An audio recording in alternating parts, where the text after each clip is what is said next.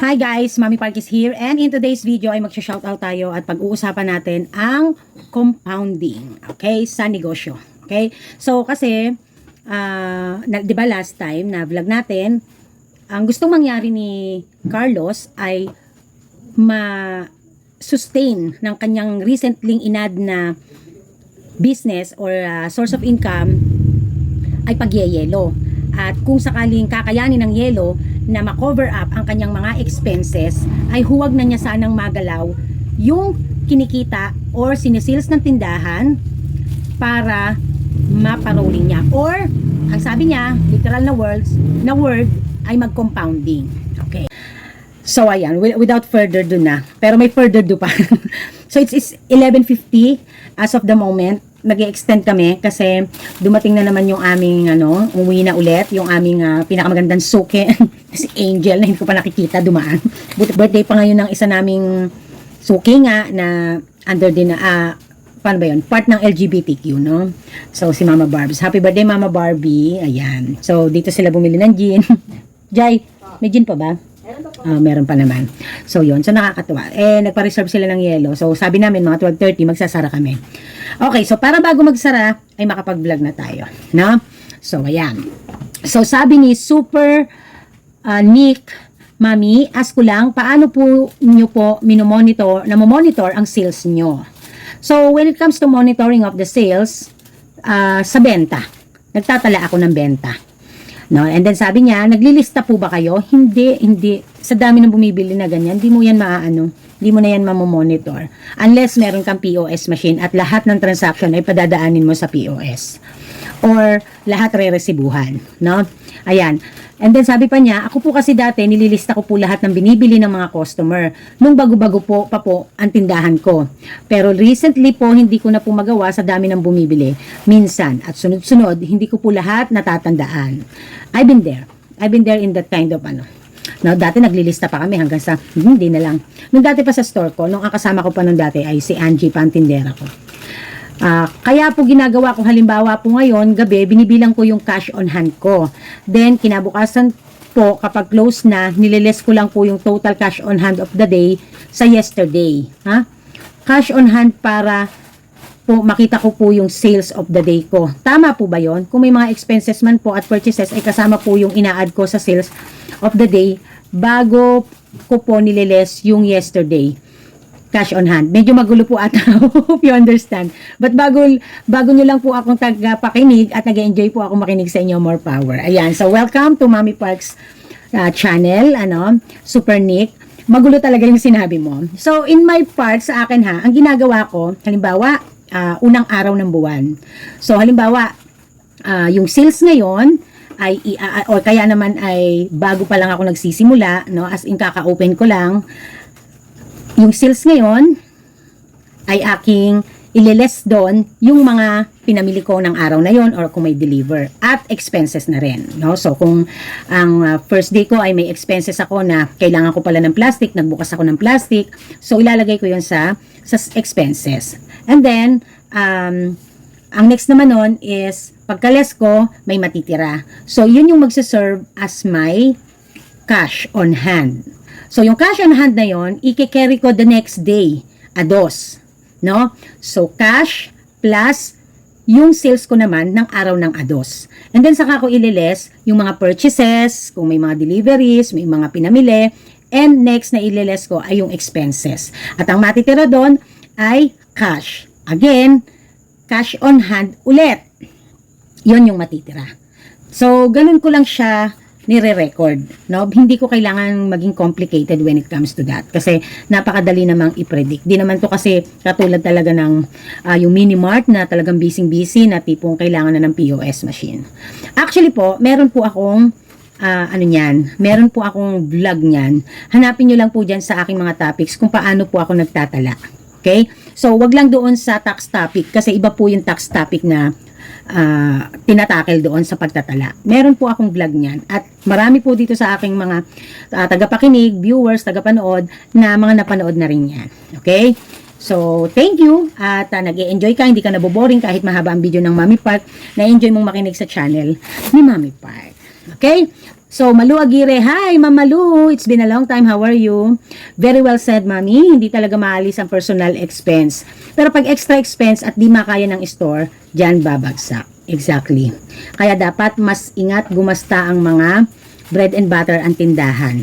Yung mga underlying reasons, mga personal reasons natin, when it comes to business, masakit talagang sabihin na dapat pagka sa negosyo talaga, kung hindi naman natin talaga yung pamilyang-pamilya pa na in a way na talagang kinakasama na natin or talagang literal na kasama natin sa bahay at pamilya natin at ating sagutin, responsibilidad, I think na I think it's too unfair to the guy or even sa side ng babae na mapababae man, mapalalaki, na ganun yung magiging sitwasyon. So, better na nga lang ay magtulungan. Okay? Ayun. So, anyways, Ricky Anuevo, good day, Mommy Park. Ang ganda ng payo nyo. God bless. Sabi naman ng Mirisol Adlon, ganda naman ng payo mo, Mommy Park. Judith Ramos, ganda ng advice, Mommy Park. Sabi nga, bago ka tumulong sa iba, tulungan mo muna ang sarili mo. Kasi pag nawalan ka, sinong tutulong sa'yo, di ba? Happy selling po, mga kasari. Which is true. So, kaya lang naman ako nag-advise ng ganun nga, kasi iniiwas ko lang na darating yung panahon na wala nga kasing assurance dahil hindi naman nagsasama, hindi naman nag-live-in partner, no? So, siguro, maiintindihan natin medyo, yung halimbawa, kahit hindi sila kasal, nag-live-in sila, and then si babae, kasama niya yung parents niya, and then, sasagutin ni guy, medyo, medyo a little bit excuse pa yon, 'di ba? But yung literal na hindi naman talaga magkasama sa isang bubong, no? So I don't think so na it's fair to the guy. No, that's a piece of me na yun lang naman ang sa akin. Okay, sabi naman ni Grace De Los Santos, good advice, Mommy Park. Tama lahat ng mga sinabi mo. Dapat talaga sa mga mag-partner o mag-asawa, nagtutulungan at iisa ang kanilang goal sa buhay. Meron naman akong bagong natutunan sa inyo, Mommy Park. Thank you. Ayan. Swerte tayong mga may asawa na supportive sa atin, lalo sa negosyo. Love you, Mommy Park, sabi ni Ellen Pilar. And then, Nancy Uila, good morning, Mommy Park. Mas maganda po talaga yung nagtutulungan mag-partner. Mini 07. Watching here, Mommy Park. Lawrence of W Kuwait. Napakagandang advice, Mommy Park. Tama ka, tulungan dapat. Wala ding kwenta kung isa lang ang sisikap at ang isa gasto lang ng gasto. Lawrence of OFW Kuwait again. Ayos ang topic for today's video. Hehehe. Elito Bleron, good morning, Mommy Park. Napapansin nyo, na-appreciate nyo ang vlog ng Mommy Park kahit mahaba. Kasi nasa gitna at medyo nasa bandang dulo yung highlights. It's not because to catch viewers or what. Kasi sa totoo lang, pagka gusto natin talagang makahatak ng viewer agad ng malaki, no? Magandaan na natin, analytics. Sa una pa lang, titiradahan ko na talaga ng advices na yung as in talagang direct to the point. So, natutuwa ako sa inyo kasi even talaga mahaba ang video, napapakinggan nyo at talagang nakikipag-interact kayo dyan. So, wag naman natin masyadong anuhin si Carlos, no, ang ating naging topic sa last vlog. May mga sadyang reasons lang talaga or sitwasyon na mahirap nga talagang i-let go. Kaya sa atin, handun tayo dun sa nag-a-advise lang tayo. Hindi tayo makakapanghimasok basta-basta kasi lalo na kung ang pag-uusapan ay usaping pag-ibig, no? Pagmamahal kasi yan sa minamahal. So talagang kahit naman kaming mga girls, gusto namin talaga yung gagawin mo ang lahat, no? Masunod lang kami. Ganon, no? Joking aside, kidding aside. But that is, reality, no? Lang talaga. But sa panahon talaga ngayon, wais na dapat ngayon, yung as in, dapat kahit papano, pati babae, kumikilos, lalo na kung hindi naman ganon kaaluan ang jowa, no? So, ganun lang kasimple. And sana yung to the point na kahit up to the last penny, ay handyan pa rin ang isa't isa. No? So, ganun lang. Yun ang tatandaan nyo, ha?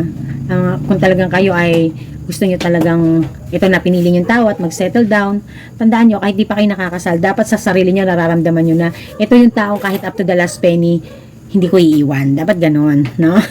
Pero kung sa tingin nyo ay hindi kayo ganon kasigurado, mag-isip-isip kayo. 'di ba? Kasi para alam nyo rin kung hanggang kailan lang kayo kaya, dapat kayong magbigay. Yun. Okay. So, pag-usapan natin yung tungkol doon sa compounding, no? Okay, pag-usapan natin ang tungkol sa compounding, no? Yung iba tawag dito compounding law, but for me it's only compounding when it comes to business. So, when you say compounding, there is only two things can happen, no? Ginagamit ito o nangyayari ito, this is a process wherein you gain in capital or yung tinatawag na capital gain or you gain in interest.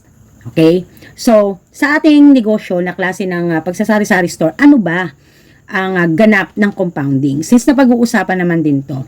So, i-shoutout natin sino ba ito? Etong si Ma'am Glenn Altes 5912. Nag-comment siya doon sa aking video na kaya bawal kumuha sa benta. Na sabi niya, nako Mami Park, ako 2 years bago kumurot sa store.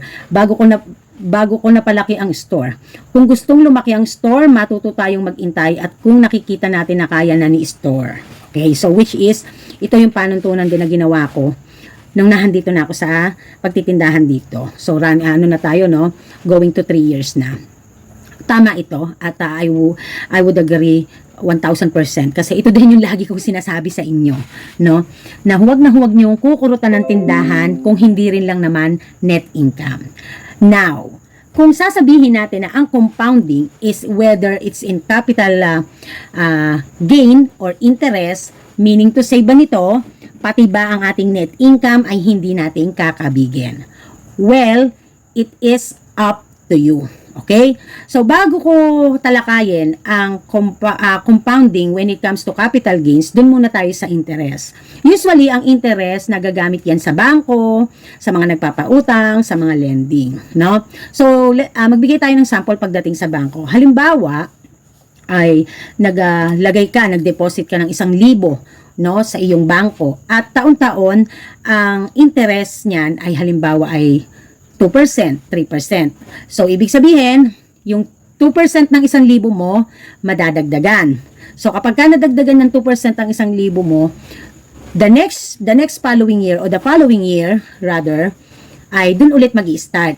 Yung una mong inilagay na 1,000 at yung na-gain niya na interest ng unang year mo na 2%, ipa-plus yun, at doon ulit mag-i-start ulit yung another 2% nun. So, dagdag lang ng dagdag kung magkano na yung nagiging total.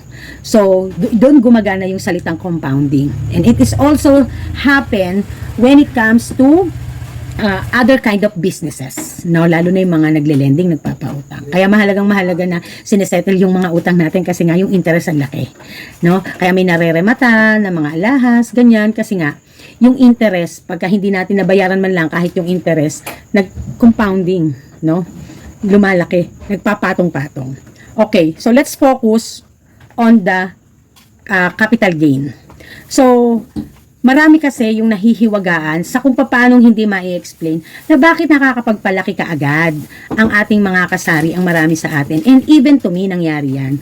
Why? Kasi meron tayong rules, meron tayong isinet na sistema sa ating tindahan, no? So, hindi lahat ginagawa ito, but mostly, ginagawa ito. And hindi nila ma-explain sa sarili nila kung paano nga ba nila napalaki. Ang explain lang, hindi nila ginagalaw ang benta. But, to explain to you ng broad kung paano siya nangyayari, ganito yan. So, halimbawa, example ko na rin yung sarili ko, no, at kay Ma'am Glenn Altes. So, si Ma'am Glenn Altes at ako ay years ang inabot bago kami kumurot sa aming tindahan. Diba? So, sa part ni Mami Park, nagkaroon man ako ng mga net income ng after 5 months ko pa yata nadama yung income ko, yung may net income na akong lumalabas. Kasi nung una talaga, nagne-negative siya. Pero, hindi lahat ng nagne-negative, ibig sabihin, literal na negative. Wala lang akong net income. No, negative when it comes to net income. But when it comes to capital gains, hindi ako negative. Lumaki. Why? Kasi binabalikwas ko ulit lahat ng kinikita ng tindahan, ultimo net income ko. So sa compounding, ultimo net income, hindi mo yan gagalawin. Hindi mo yan kukuhanan para magkaroon ng compounding. Okay? But it is also depend on the set rules, especially kung kung kayo ay may mga ka-business partners, no? It depends also upon the rules. Kung kailan ang profit sharing at also kung gusto mo ay maintain lang ang startup capital mo. So, kung maalala nyo doon sa vlog natin kay Carlos, hindi kay Carlos, doon kay Herber ba yon? Di ba ang sabi niya, 70, doon sa vlog ko dati, 70% minemaintain niya na nasa tindahan. At the rest, kinukuha na niya kasi para sa needs and wants niya. No? So, sa mga previous vlogs ko no, yung dito sa may yung kaya bawal kumuha sa benta ng negosyo. No? Nabanggit ko yata yan dyan. Okay? So, sa atin, usually, ang nangyayari, lalo na pag gusto natin mabilis na makapagpalaki, hindi natin kinukuhanan basta-basta. Lahat binabalikwas natin. So, ito yung perfect example na kung bakit, lalo na mga OFW, ina-advise natin na wag kayong kukurot muna sa tindahan kung gusto nyong mapalaki. Kaya, maglaan ng panggastos, no, para sa sarili, kasi kung eventually gagawing bread and butter ang tindahan, is pahayaan munang magpalaki at magpakitang gilas. Kasi baka mamaya, meron naman din kakayanang magpalakas. Ang kaso, mahihirapan pagdating sa capital. Kasi nga, maintain lang kung ano yung initial capital, yun at yun lang din. Kung tumataas ang demand, no? So, para hindi ka na maglaan, or magdagdag basta-basta, ang gawin ay, di ba, wag munang kuhanan ang tindahan. Kasi, para magkaroon siya ng compounding na sinasabi or pangyayari or magkaroon siya ng capital gain. When it comes to capital gain, ibig sabihin niya, dahil binabalikwas mo ang lahat ng nagiging sales, ibinabalik mo rin, ipinamimili mo rin, so nagro-rolling ka, nagko-compounding yung capital mo. So may capital gain. Ang nagain niya, whether tumaas ang stocks mo, pinarami mo ang stocks mo, or kaya naman is kung sa iba ay pinaparami mo, pinapalaki mo para din yung iyong goal na makakuha ng malaking net income. Okay? So, ganun po siya. Yun po ang talagang role ng compounding. When you compounding, the moment na nag-start up ka ng iyong negosyo, you have to be ready na hindi mo aasahan ng negosyo to give you a specific amount na gusto mo. Unless, doon ka talaga napunta sa lugar na kung saan beyond your expectations na mas malaki pala ang ibibigay pa sa iyo. Beyond pa doon sa naging pag-aaral mo na iakyat na sales sa iyo. Okay? So that is what also happened to me. Dahil hindi ko inaasahan na dadating dun sa puntong ito pa pala yung magiging bread and butter namin. Na sa totoo lang, ang inaano ko lang ay maging karagdagan lang siya.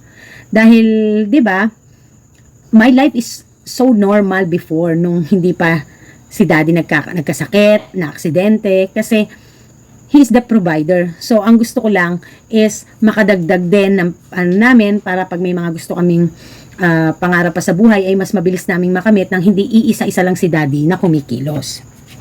So, that is how very simple to explain the compounding. That is actually, simple lang siya.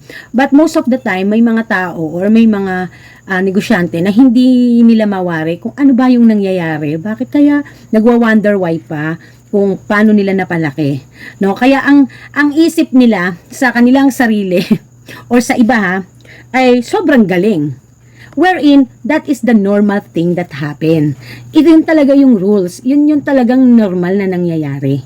No? Hindi ba? Mapapansin nyo. Although, oo, hindi naman natin iniiwan yung salitang ang galing mo, kasari, kasi napalaki mo, napaganito mo, napaganyan mo. Pero, part of it is talagang, yun naman talaga ang essence ng negosyo. Pag gusto mong mapalaki agad, pag gusto mong maparami agad ang stocks mo, mag-compounding ka. Gamitin mo ang compounding law or gamitin mo ang proseso ng compounding. So, another sample niyan, yung halimbawa sa akin, no? Halimbawa, ang beginning and running capital ko in a month, o yung halimbawa ay yung pag magsisimula na ako ng another month, halimbawa sa September 1. So, halimbawa may beginning capital ako or running capital ako na 300,000 worth of mga items. Pero sa loob ng isang buwan na yon, nagkaroon ako ng purchasing capacity na around 700,000, 600,000. So, ibig sabihin, nag-compound siya, 'di ba?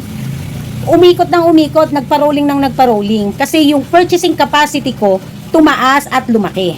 No? Another thing, kapag kino-compare mo yung purchasing capacity mo from the previous month.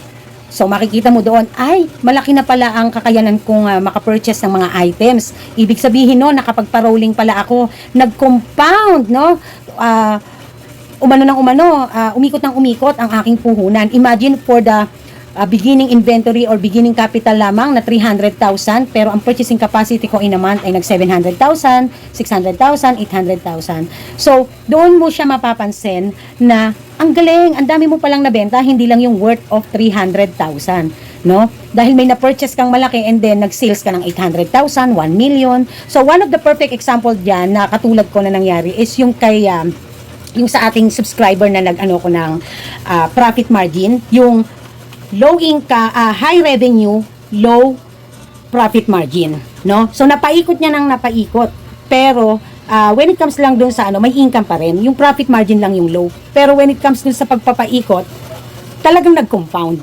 So may sample naman na hindi nangyari yan ay yung kay Ma'am Girl Pretty, na wherein na negative pa siya, no? Nabawasan pa pati yung running capital niya, nabawasan yung startup. So kaya mahalagang maintindihan nyo kung ano ang role ng compounding sa ating tindahan at kung paanong diskarte mo gagawin na mag-compound. So, hindi talaga magaganap ang compounding if there is no sales na malaki at hindi mo mapataas.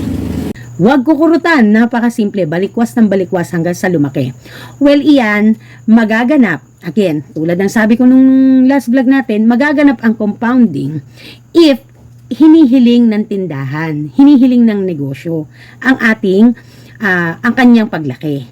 Kung normal thing lang, yung normal lang na bentahan at hindi naman pa kailangan talaga na magpalaki, magparami, so walang magaganap na compounding. Hindi rin mangyayari. Dahil, syempre, bakit ka mag-i-stock ng marami kung wala namang bibili? Bakit ka mag-i-stock ng marami kung hindi naman talaga siya, kung natutulog lang naman talaga sa pansitan, di ba? So, yun yung ibig sabihin ng compounding. Yun ang talagang proseso niya. Okay? Yung mangyayari siya kasi demand din. So, ito ay dedicated or nakaset itong principles na ito sa katulad natin ng negosyo na sari-sari store. Retailing, ika nga. Manufacturing and retailing. Okay? Na industry. Sa business industry. Now, papaano naman ngayon yung magaganap yung compounding. So, syempre, gumagawa tayo ng handyan yung diskarte natin para mapalaki ang sales natin. No, nandyan yung mga advices na magtinda ka ng ganito, magtinda ka ng ganire, lalaki sales mo, dadami sales mo, dadami benta mo, ganito, ganyan. Diba? Also, you have to improve before ka mag-isip ng i-adds on mo sa iyong tindahan is magbigay ka din ng dahilan para dayuhin ka. So, dito papasok yung salitang foot traffic, no? Foot, F-O-O-T pa, foot traffic. So, sa business, ang ibig sabihin nito is yung dami ng tao na dumadaan or pumupunta sa isang tindahan, no? Sa specific na oras. Okay? Sa specific na oras. So, dito sa atin sa tindahan natin, ang pinakapatay na oras natin dito, tanghali. Walang estudyante, nasa school. Kung bakasyon naman, natutulog pa, hindi lumalabas kasi mainit. So, medyo bandang pa alas 3 yan, magdadatingan. Sa tanghaling tapat naman, or bago man ang haling tapat, ng mga 10, 11, 11:30 hanggang 12 or 12:30, ang foot traffic dyan, ang mga usually binibili dyan, ay yung mga pampalamig. Soft drinks, at saka bigas, ulam, so iyan yung mga mabibili. So, kailangang maintindihan mo doon sa mga oras ng foot traffic, no? Ano ang mga specific na items na mabili na dapat mong meron ka. Kung kailangan bang pa isa-isa lang na meron ka nun, or kaya naman ay kailangan pirmes na meron ka. Di ba? So, when it comes also to foot traffic, dito sa atin, sa ganitong klase ng tindahan, para magkaroon ng may maganap na foot traffic, no? pwede tayo mag-create ng foot traffic, honestly speaking. Why? So, sa totoo lang, dati kaya ako sinasabi na maganda talaga ang, lalo na kung in demand, kung may mga bata, maganda talaga na ang display mo sa harap, may ice cream ka, may ganito kang ipapakita, no, na hindi akalain din ng taong meron dyan, di na nila kailangan lumabas, lalo na ang location mo ay yung tipong bago makarating sa Kabayanan ay kailangan mag-tricycle, so mahirap ang transportation, ganyan. So, isa sa naging maganda, ang naging foot traffic ng mga mamimili ko dito ay ang ice cream. Naka-display siya, di ba? So, I created a foot traffic. Kasi nga, nakita ko yung demand. No? Yung to the point na ako yung naglilinis ng kalat ng mga dumadaan sa aking customer na hindi ko naman brand ng ice cream yung kinakalat nila sa harap ng tindahan ko. Kaya naman, foot traffic, I created a foot traffic in a way na sa akin na lang bibili. Hindi dumaan lang sa akin. 'Di ba? So ganon. So another thing, mas nilakihan natin yung kapital when it comes to candies. Why? It is because we creating a foot traffic. Na kapag nadaan ng mga bata sa oras ng labas nila, magkakaroon ng attraction. No? Kasi syempre temptation yan, tukso yan matamis yan 'di ba? So yun. Kaya importante din na when you want to create a foot traffic to gain sales, kailangan din maganda ang displaying mo. Isa din yan doon sa nagki-create ng magandang foot traffic na kahit napadaan lang. Kaya kung mapapansin nyo, maganda din na nanonood nung paano yung pagdi-display, yung mga organizations ng mga tindahan. So you have the idea na kapag in-apply mo sa iyong tindahan, kung ganun din ka ba mag-display, ay makaka-attract at magkakaroon ng magandang foot traffic sa harapan ng tindahan mo or sa iyong tindahan. Okay? So, yan ang ating lesson for today's video, ang compounding sa negosyo at ang foot traffic. Okay? So, sana may natutunan kayo for today's video, no? Maraming salamat po sa inyong lahat. And, again, sa muli nating aaral ay sana mas mag-react kayo dyan, no? Yung magbigay din kayo ng inyong mga tulad ni Ma'am Glenn Altes, no? Ano sabi niya, ganito, ganyan. Si Ma'am Malu Aguirre, nagbibigay din niya ng pananaw. So, marami din sa inyo nagbibigay ng mga pananaw, no? I just do hope na share also your thoughts. Mas maganda yon para may interaction tayo. Okay? So, maraming salamat po sa inyong lahat. And this is Mami Park and this is Team Park. Nagsasabing tindera is my proud career. Fighting. Bye! Ano na yan? Ano ba tawag dito? Ano ba tawag dito? Ay, bag na yan. Kaya gusto ko nang umuwi din. Napapagod na rin ako. Pero, yun nga. Naku, 12:36 na pala. Bye!